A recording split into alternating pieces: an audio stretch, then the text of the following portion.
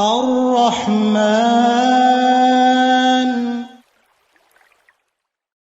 السلام علیکم ورحمۃ اللہ وبرکاتہ۔ ان الحمد للہ نحمده ونستعینه ونستغفره ونؤمن به ونتوکل علیہ ونعوذ باللہ من شرور انفسنا ومن سیئات اعمالنا من يهده الله فلا مضل له ومن يضلل فلا هادي له وأشهد أن لا إله إلا الله وحده لا شريك له وأشهد أن محمدا عبده ورسوله صلى الله عليه وسلم أما بعد فإن خير الحديث كتاب الله وخير الهدي هدي محمد صلى الله عليه وسلم وشر الأمور محدثاتها وكل محدثة بدعة وكل بدعة ضلالة وكل ضلالة في النار۔ اعوذ باللہ السمیع العلیم من الشیطان الرجیم من حمده ونفخه ونفثه بسم اللہ الرحمن الرحیم واقیموا الصلاة وآتوا الزکاة وأطیعوا الرسول لعلکم ترحمون۔ ہر قسم کی تعریفات حمد و ثنا اللہ رب العالمین کے واسطے خاص ہیں۔ انگن لا تعداد بے شمار درود و سلام ہوں امام الانبیاء حبیب کبریا جناب محمد مصطفیٰ صلی اللہ علیہ وسلم کی ذات گرامی پر۔ حضرات محترم، گزشتہ خطبہ میں اللہ کی توفیق سے اس موضوع کا آغاز کیا گیا تھا، نماز کی فضیلت، اہمیت۔ علماء کرام سے ہم نے بہت مرتبہ سنی، کوئی بھی مسلمان ایسا نہیں جو اس کی فضیلت اور اہمیت سے ناواقف ہو۔ مسلمان کہلوانے کا حقدار ہی وہ ہے جس کا تعلق نماز کے ساتھ ہے۔ ہم نے تھوڑی سی باتیں عام موضوع سے ہٹ کے کی، اپنے طور پہ کوشش کی۔ آج اسی موضوع کا آخری حصہ، دوسرا حصہ، میں نے گزشتہ جمعہ میں بھی اعلان کیا تھا کہ ہم میں سے کوئی بھی شخص دنیا میں ایسا نہیں جس کی زندگی کی کوئی ادھوری خواہش، کوئی مسئلہ، کوئی پریشانی نہیں۔ اپنی زندگیوں کے غموں سے، پریشانیوں سے، تکالیف سے کبھی بھی یہ سوچ کے پریشان نہ ہوا کریں کہ شاید میرے ساتھ ایک خاص معاملہ یا میرے ساتھ کو خاص الجھن، یہ سمجھانے کی غرض سے موضوع سے ہٹ کے تھوڑی سی بات کر رہا ہوں۔ غم، پریشانی، مصیبت، تکلیف یہ ہر انسان کی زندگی کا حصہ ہے۔ ادھوری خواہشات، نامکمل خواہشات، کچھ پلاننگز ایسی جو رہ جاتی ہیں، پوری نہیں ہو پاتی۔ یہ چاہے ملک کا وزیر اعظم ہو، صدر ہو، کسی ملک کا بادشاہ بھی ہو، وہ بھی یہ نہیں کہہ سکتا کہ میری زندگی کی ہر تمنا پوری ہوئی ہے اور جو میں چاہتا ہوں ویسا۔ ناممکن بات۔ دنیا میں ایسا ہونا ممکن ہے ہی نہیں۔ اگر ایسا ہو جائے تو جنت کی اہمیت انسانوں کی نظر میں ختم ہو جائے۔ یہ کام آخرت کے حوالے سے، جنت کے حوالے سے، کہ وہاں انسان جو خواہش کرے گا وہ خواہش پوری ہوگی۔ دنیا میں ہر خواہش پوری نہیں ہوتی۔ ہم اپنے موضوع کی طرف آتے ہیں۔ ہمارے کچھ مسائل ایسے ہوتے ہیں، بڑی توجہ کے ساتھ بات کو سنیں گے، سمجھیں گے تو انشاءاللہ انتہائی فائدہ مند یہ بات ہے، انتہائی قیمتی اور ضروری بات ہے، انتہائی توجہ چاہیے۔ ہماری زندگیوں کے کچھ مسائل ایسے ہوتے ہیں جن میں ہمارا بس، ہمارا اختیار چل رہا ہوتا ہے۔ کچھ الجھنیں، کچھ کام ایسے ہوتے ہیں جن میں ہم ایفرٹ کریں، کوشش کریں، محنت کریں تو ہم وہ مسئلہ حل کر لیتے ہیں، ہم پرابلم سالو کر لیتے ہیں، ہم اس مصیبت سے نکل جاتے ہیں، محنت کر کے، کوشش کر کے، کاوش کر کے، سوچ و فکر سے، بے شمار، مجھے وضاحت کرنے کی ضرورت نہیں، ہر بندے کی زندگی میں کئی ایسے مسائل ہوتے ہیں جو درپیش ہوتے ہیں، اور بندہ ان کے حوالے سے سوچ کرتا ہے، فکر کرتا ہے، ایفرٹ کرتا ہے، کوشش کرتا ہے، اور ان مسئلوں سے نکل جاتا ہے۔ لیکن ہر بندے کی زندگی میں کچھ مسائل ایسے ہوتے ہیں جن میں انسان بے بس ہوتا ہے۔ توجہ کے ساتھ، میرا موضوع یہ مسائل ہے آج کے حوالے سے، اور نماز کے حوالے سے انشاءاللہ آپ سمجھیں گے۔ کچھ مسئلے ایسے ہوتے ہیں، کچھ پریشانیاں ایسی ہوتی ہیں، کچھ الجھنیں ایسی ہوتی ہیں جن میں انسان اپنے آپ کو بے بس محسوس کرتا ہے، بالکل سمجھ میں آ جاتا ہے کہ میرے ہاتھ سے، میرے بس سے یہ معاملہ باہر ہے، میں کچھ نہیں کر سکتا۔ اور وہ غم بھی ایسے ہوتے ہیں، پریشانیاں بھی ایسی ہوتی ہیں، تکالیف بھی ایسی ہوتی ہیں جو ہمارا جینا سیدھے لفظوں میں کہے تو حرام کر دیتی ہیں، سکون برباد ہو جاتا ہے، نیندیں اڑ جاتی ہیں، ٹینشن سے ساری ساری رات جاگتے رہتے، کر کچھ نہیں پاتے۔ میں مثالیں دیتا ہوں، موبائل خاموش کر لیں، میں مثال سے سمجھاتا ہوں۔ اللہ نہ کرے، اللہ نہ کرے، گھر میں بیٹی بیاہی ہو، داماد کی طرف سے کوئی پریشانی آ جائے، عام مسئلہ ہے ہمارے بر صغیر میں، تو میں ممبر رسول پہ ہوں، میں کوئی سخت لفظ نہیں بولنا چاہتا، عجیب حالت ہے گھروں کی، یہ سسرال کے جھگڑے اور خامندوں کے جھگڑے، عجیب ہم لوگوں نے ایک طرز عمل اپنا، بات کہیں اور کی اور نہ نکل جائے۔ اللہ ما رحم ربی، کم گھرانے ہیں جن گھروں میں سکون ہے، وگرنہ ایک یہ ہمارا کمبائن سسٹم اس نے بیڑا غرق کر کے رکھ دیا ہوا ہے، تباہیاں پھیر دی ہوئی ہیں۔ اللہ، میں نے وضاحت کی ہوئی ہے پہلے، ہماری اسلامی شریعت میں یہ نظام نہیں تھا، ہمارا یہ کلچر نہیں تھا۔ ایک ایک گھر میں چار چار بھائی، چار چار بیٹے بہوؤں کے ساتھ رہ رہے ہیں، اور آئے دن ان کی کھینچا تانی چل رہی ہے، ساس علیحدہ لڑ رہی ہے، نیچے بہو علیحدہ لڑ رہی ہے، نیچے دیورانیوں کے علیحدہ جھگڑے ہیں، جٹھانیوں کے علیحدہ جھگڑے ہیں، اور وہ کھچڑیاں پکی ہوئی ہیں اور رو پیٹ رہے ہیں۔ انہیں سی رونوں پیٹنوں میں ہمارے مردوں کو دیکھیے گا شرح، دیکھیے گا، ڈاکٹروں سے پوچھئے گا، ان کو ہارٹ اٹیک ہو رہے ہیں، اور وہ بیچارے جوانی کے عالم میں مر رہے ہیں، گھروں کی ٹینشنیں لے کے، ہم سدھرنے پہ نہیں آ رہے۔ ایسا معاملہ ہو جاتا ہے، بیٹی کی گھر میں کوئی پریشانی آ جاتی ہے، خاون تنگ کرنے والا نکل آتا ہے، سسرالی تنگ کرنے والے نکل آتے ہیں۔ اللہ سب کی بیٹیوں پر رحم فرمائے، سب کے گھروں کو آباد فرمائے۔ کیا حل ہے آپ کے پاس؟ باپ کے پاس کیا حل ہے؟ ماں کے پاس کیا حل ہے ایسی صورت میں؟ جا کے داماد کا گلا گھونٹ دیں، بولیں، بیٹی کو طلاق دلوا دیں، گھر اجاڑ دیں؟ کوئی حل ہے؟ کچھ بھی نہیں، بے بس، نکارا، سب کچھ، سارے سورسز۔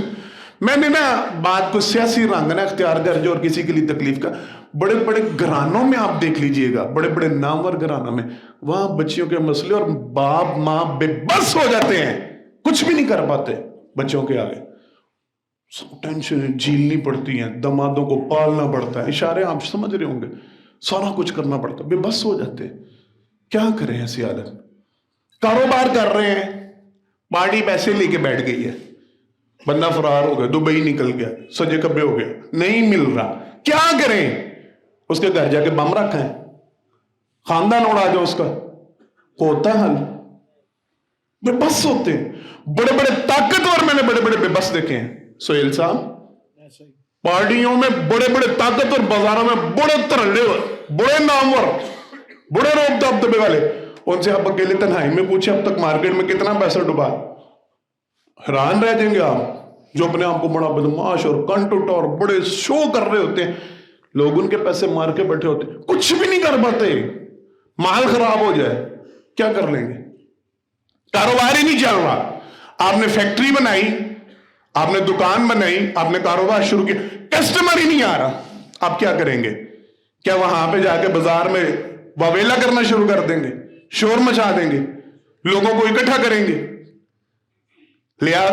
ہے کوئی ایسا حل کہ آپ گاہک کو لے کے آ سکیں؟ بولیں، بے بس ہے نا، لاچار ہے، کوئی حل نہیں ہے. بیٹا نافرمان نکلا ہے، اولاد کی طرف سے پریشانی، بیٹا بدتمیز نکلا ہے، اللہ ساروں کی اولادوں کو ان کا فرما بردار بنا. بیٹا بدتمیز یا نافرمان نکلا ہے، پریشان کرنے والا نکلا ہے، کیا حل ہے؟ بیٹے کو گھر سے آگ کر دے، دھکا دے کے نکال دے، چل دفعہ ہو جا. ہے کوئی حل؟ بیٹے کی مار کٹائی شروع کر دیں، جوان بیٹا اس کے اوپر ہاتھ اٹھائیں. اللہ رحم کرے جو موجودہ حالات ہے کوئی حل؟ بظاہر کو طاقت استعمال کرے، کو پیسہ استعمال کرے، کو سورسز استعمال کرے، کو بندے ڈال، بے بس، لاچار. ایسی حالتوں میں نا غیر مسلموں کے لیے حل کوئی نہیں ہے، مسلمانوں کے لیے اللہ نے ایک حل رکھا ہے. توجہ کے ساتھ، ایسے مسئلے، ایسی الجھنیں، ایسی ٹینشنیں جن میں آ کے انسان بے بس ہو جاتا ہے نا، غیر مسلموں کے لیے حل کوئی نہیں ہے. اور وہ بھی میں اس لیے کہہ رہا ہوں کیونکہ ان کا اعتقاد نہیں ہے. تو ویسے اگر وہ بھی عمل کریں تو ان کے لیے بھی ہے. اللہ اکبر، یہ بڑی پیاری بات ہے. اگر وہ بھی اس معاملے پہ عمل کر لیں تو حل ان کے لیے بھی ہے، لیکن مسلمانوں کے لیے تو ایک خاص حل ہے، ایک خاص چیز ہے. آج آپ کو حدیث سمجھ میں آئے گی صحیح انشاءاللہ، ہو سکتا ہے پہلے بھی ہو. جناب محمد مصطفیٰ صلی اللہ علیہ وسلم نے فرمایا دعا مومن کا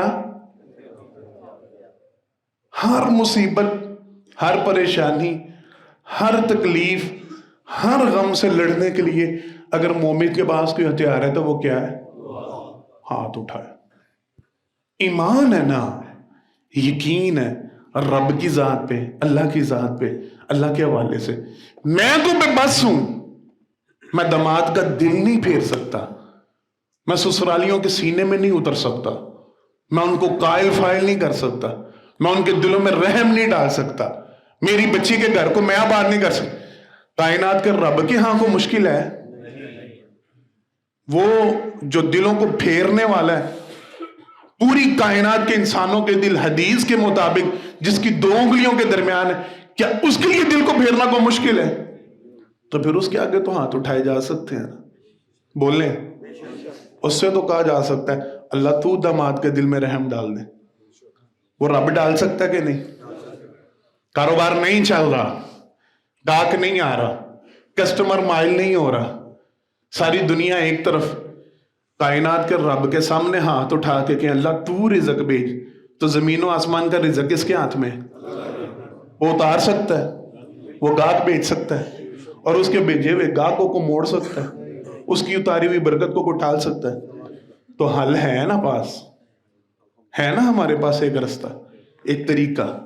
بچہ نافرمان ہے، آپ لاگ سمجھائیں، چچا سمجھائیں، دادا سمجھائیں، فلاں سمجھائیں، فلاں سمجھائیں، یاروں دوستوں سے کہ یار اس کو سمجھایا کرو، یار اس کو قائل کرو، فائل کرو، کوئی نہ کر سکے تو رب کے لیے کوئی مشکل ہے؟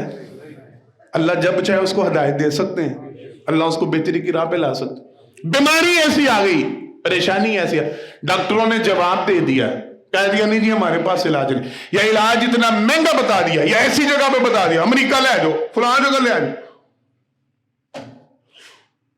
وسائل ہی نہیں ہے، طاقت ہی نہیں ہے. تو وہ جو ایوب علیہ السلام کو شفا دینے والا رب ہے، وہ میری اور آپ کی بیماریوں کو شفا دے سکتا ہے کہ نہیں؟ حل ہے نا. سر درد سے لے کے کینسر تک کا حل. دنیا والے لا علاج کہتے رہے، دنیا والے دنیا والوں کی کیا حیثیت؟ وہ جس کائنات کے مالک کے پاس، خالق کے پاس اس پوری کائنات کی حیثیت ایک مچھر کے پر کے برابر بھی نہیں، تو میری اور آپ کی ٹینشنیں کوئی حیثیت رکھتی ہیں؟ میرے اور آپ کے غم کوئی حیثیت رکھتے ہیں؟ جو رب کن کہنے سے فیکون، انما امرہ اذا اراد شیئا فیقول لہ کن، جو کسی بھی کام کا ارادہ کرتے ہیں کن کہتے ہیں فیکون، وہ ہو جاتا ہے. ان کے لیے میرے اور آپ کے مسئلے سالو کرنا کو مشکل ہے، مصیبتیں حل کرنا کو مشکل ہے. تو حل ہے نا ہمارے پاس. کتنا پیارا حل ہے، ہاتھ اٹھائیں. وہ غم، اچھا آپ سوچیں گے اس کا تعلق نماز کے ساتھ کیوں؟ میں یہ بات آپ کو سمجھانے آیا ہوں. اللہ اکبر.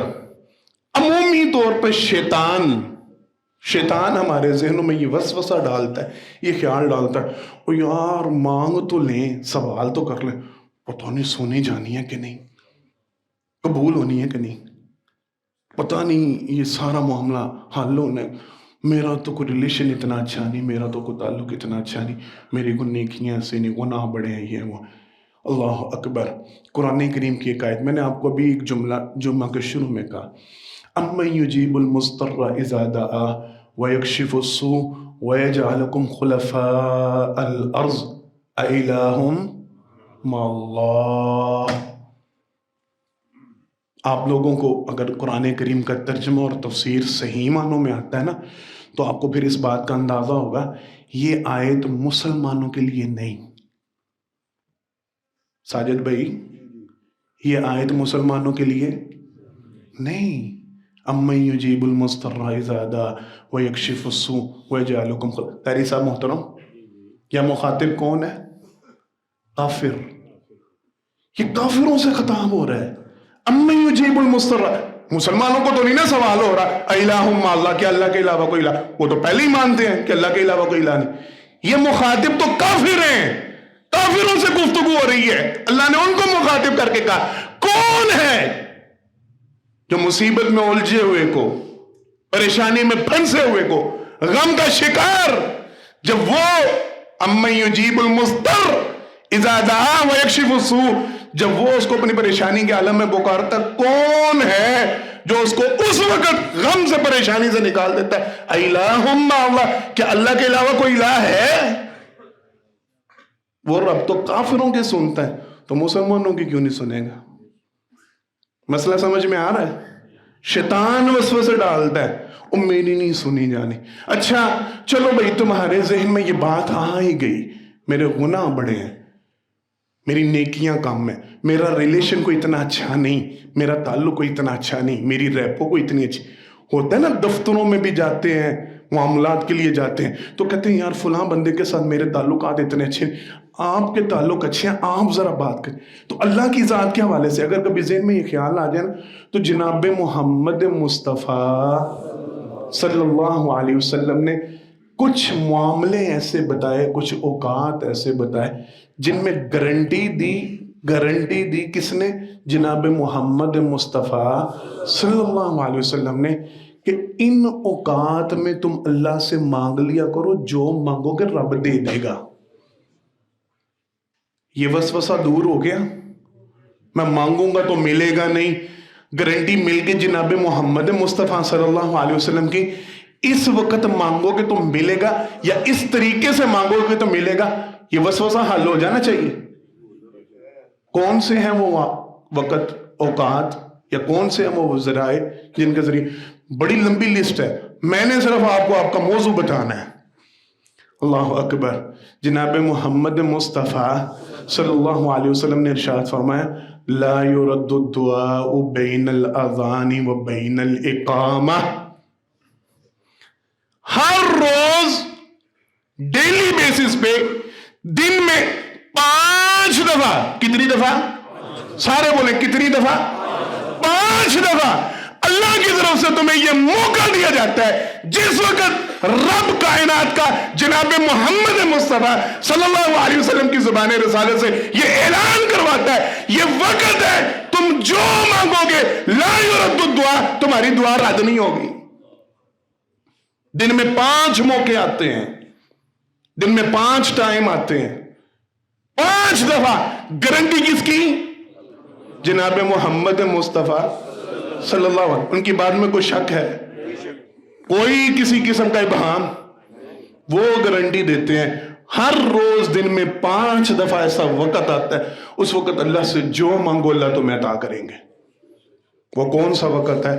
لا یرد الدعاء بین الاذان و بین الاقامہ، جس وقت اذان ہو جاتی ہے، اذان سے لے کے اقامت کے درمیان 10 15 20 منٹ کا وقفہ دیا جاتا ہے۔ فجر میں 25 منٹ کا، ظہر میں 20 منٹ کا، عصر میں 20 منٹ کا، مغرب میں 10 منٹ کا، عشاء میں 20 منٹ کا، یہ وقفہ دیا جاتا ہے، تمہیں موقع دیا جاتا ہے۔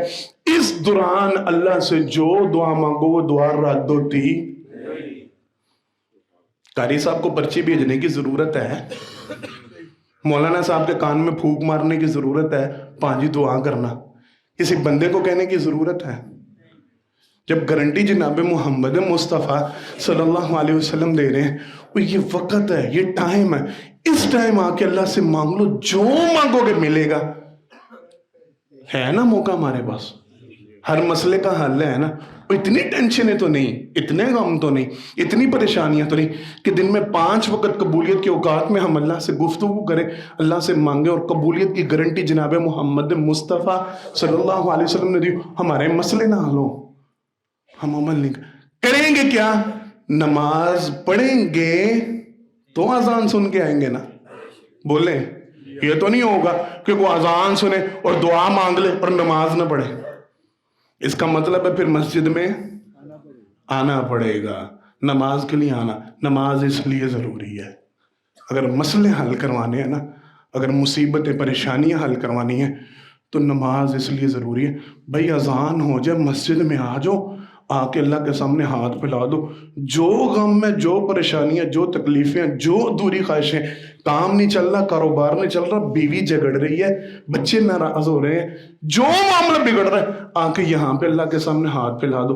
کو اللہم الف بین قلوبنا، اللہم اصلح ذات، اللہ گھر والوں کے دل میں میری محبت ڈال، اللہ نچاکیوں کو ختم فرما، اللہ اولاد کو فرما بردار بنا، اللہ رزق حلال عطا فرما، اللہ قرضوں سے نجات عطا فرما، اللہ بیماریوں پریشان.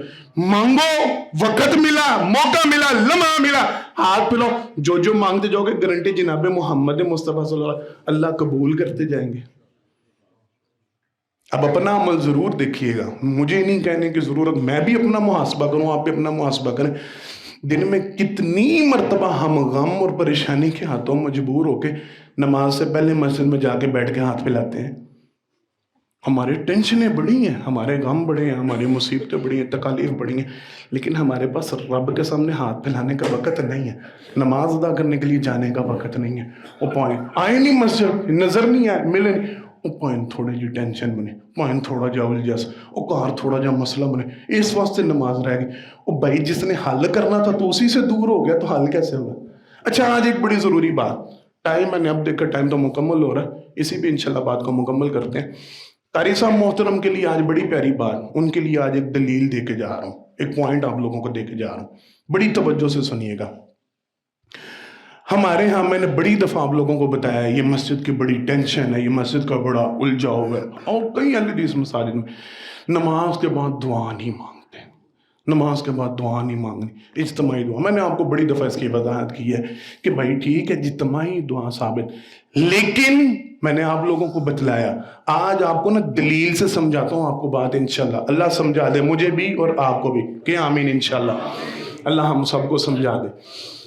ایک واقعہ بخاری شریف کا، ہم جب تیسری چوتھی پانچویں کلاس میں ہوتے تھے تو ایک واقعہ ہمیں پڑھایا جاتا تھا. 3 بندے بنی اسرائیل کے غار میں پھنسے تھے. کہاں پھنسے تھے؟ کس کس نے سنا؟ ہاتھ اٹھائیں. سب نے سنا ہے نا؟ 3 بندے غار میں پھنس گئے تھے. کیا کیا تھا انہوں نے؟ نہیں، یہ نامکمل جواب. جی بھائی جان، یہ اصل جواب ہے. انہوں نے دعا کی تھی، وہ دعا کے ذریعے نکلے تھے، لیکن انہوں نے دعا سے پہلے ایک خاص کام کیا تھا. دعا قبول کروانے کے لیے انہوں نے اپنی نیکی رب کے سامنے پیش کی، انہوں نے اپنا نیک عمل اللہ کو دکھایا. اللہ اگر تجھے میرا فلاں عمل پسند ہے تو مصیبت ٹال دے، مصیبت سے نکال دے. یہ اصل نقطہ یہ ہے، اصل پوائنٹ یہ ہے. اپنا نیک عمل اللہ کے سامنے رکھا، اپنی نیکی اللہ کے سامنے رکھی. اچھا ہمارا ایک فکر سوچ ہے، اور یہ ہماری نہیں، صرف جناب محمد مصطفیٰ صلی اللہ علیہ وسلم کے دور سے یہ ملتی ہے، اور حدیث اور قرآن میں یہ ثابت معاملہ ہے. نیک بندے سے دعا کروائی جا سکتی ہے. کیوں بھائی جان؟ یہ درست معاملہ ہے، آپ لوگوں کے علم میں ہونا چاہیے، حدیث سے ثابت شدہ معاملہ ہے. نبی کریم صلی اللہ علیہ وسلم کے پاس لوگ آتے، آپ صلی اللہ علیہ وسلم کے چچا عباس کے پاس لوگ جاتے. یہ درست معاملہ ہے. کوئی بندہ آپ اس کو نیک سمجھتے ہیں، غلطیوں گناہوں سے پاک سمجھتے ہیں، آپ اس سے جا کے دعا کروا سکتے ہیں. زندہ ہو، مرے ہوئے کے پاس نہیں، مردہ کے پاس جا کے نہیں دعا کروانی. زندہ بندہ آپ اس کو کہہ سکتے ہیں بھائی جان آپ نیک آدمی میرے لیے دعا کریں. یہ درست ہے، یہ صحیح معاملہ ہے. اچھا دونوں باتیں ذرا سمجھیے گا. پہلا پوائنٹ میں نے آپ کو دیا، نیک عمل پیش کر کے اپنی دعا کو قبول کروانا. جب آپ نماز پڑھتے ہیں آپ کس کا حکم مان کے آئے ہیں؟ کس کے حکم کی تعمیل کے لیے آئے ہیں؟ آئے آپ رب کے پاس، رب کا کہا آپ نے مان لیا، توفیق رب نے دی، اللہ کی قسم عنایت اس کی دی، اللہ کی قسم توفیق اس کی دی. وہ نہ توفیق دیتا میں اور آپ یہ نیکی کر سکتے؟ کوئی بھی نہیں کر سکتا. توفیق اس نے دی، عطا اس کی. آگے مسجد میں نماز ادا کر لی، نیکی کر لی، اللہ کا کام تو کر دیا، اپنا کام کروانے کا وقت آیا ہم اٹھ کے بھاگ گئے. اور طریقہ تو یہ تھا، اور سکھلایا یہ گیا، اور تمہیں بتلایا یہ گیا، تیسری چوتھی پانچویں کلاس میں تمہیں پڑھایا یہ گیا. نیکی کی ہے، نیک عمل کی ہے، رب کی مانی ہے، اللہ کے قریب ہو، اللہ کے پاس ہو. اب اٹھاؤ ہاتھ کو، اللہ اگر تجھے میری نماز پسند آئی ہے تو میرے گناہوں کو معاف کر کے میری پریشانیاں دور کر دے. اللہ اگر تجھے میری نماز پسند آئی ہے اللہ مجھے رزق حلال عطا کر دے. اللہ اگر تجھے میری نماز پسند آئی ہے اللہ میری بیٹی کے گھر میں سکون نازل کر دے. اللہ تجھے میری نماز ادا پسند آئی ہے اللہ میرے بیٹے کو میرا فرما بردار بنا دے. اللہ تجھے میری نماز پسند آئی ہے میرے گھر سے نچاکی کو ختم. طریقہ تو یہ تھا. ہم جوتی کی طرف لپکتے ہیں، کوئی کال سے پکڑ کے بٹھا نہ لے. ہو کیا جانا ہے؟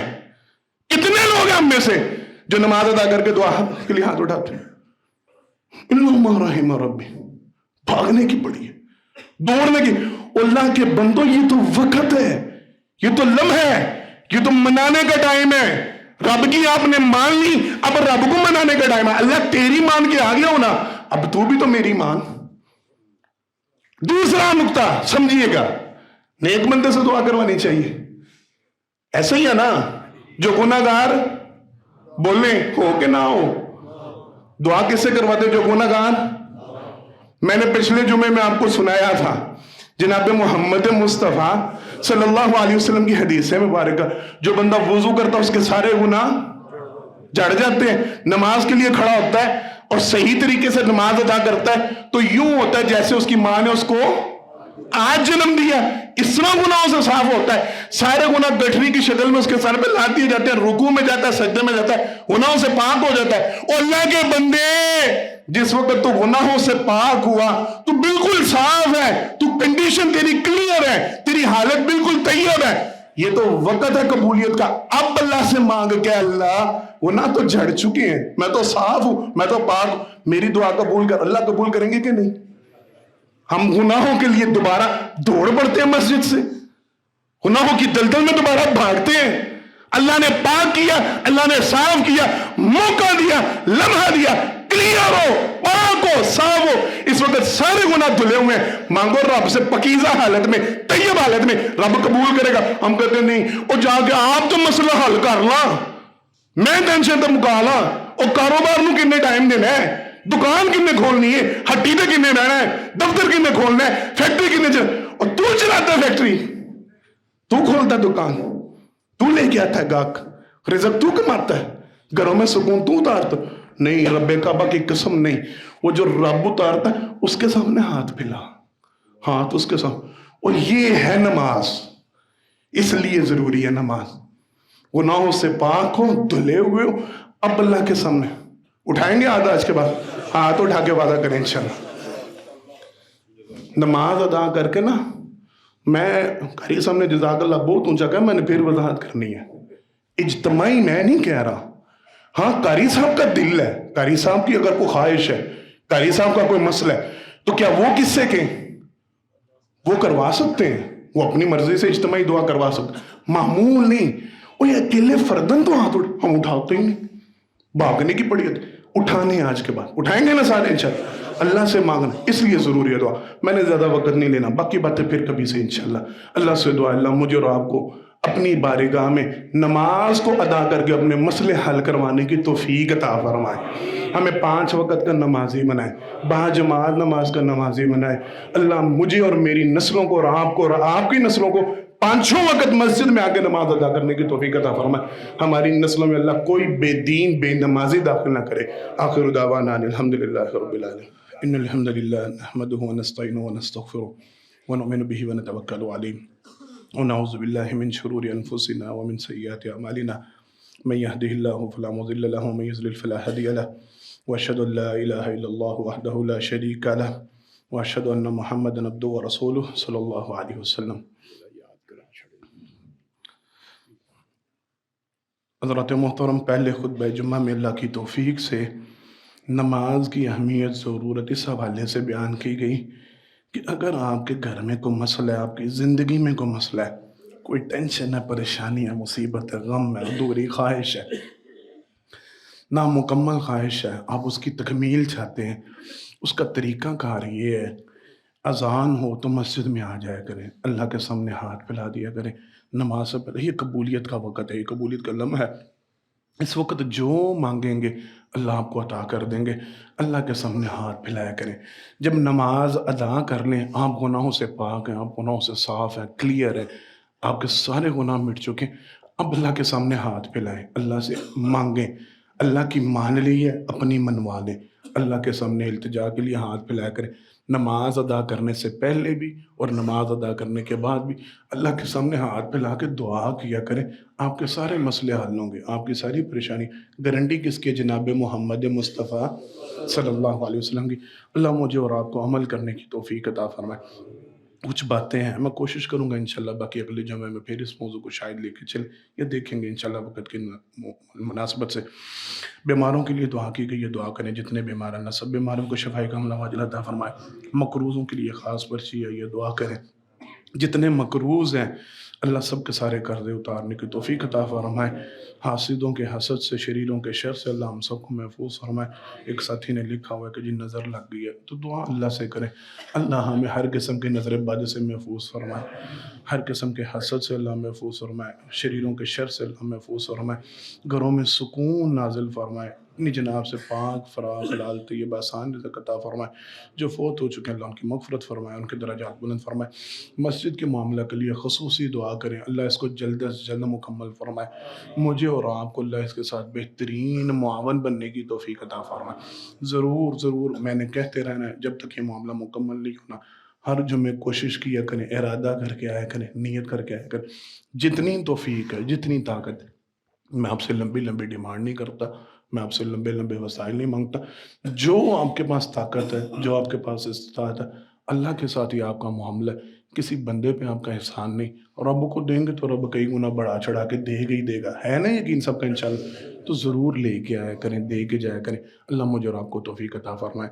بارک اللہ لنا ولکم فی القرآن العظیم ونفعنا وإیاکم بالآیات والذکر الحکیم انہ تعالی جبار کریم ملک بر رؤوف رحیم سبحان ربک رب العزة عما یصفون وسلام علی المرسلین والحمد للہ رب العالمین۔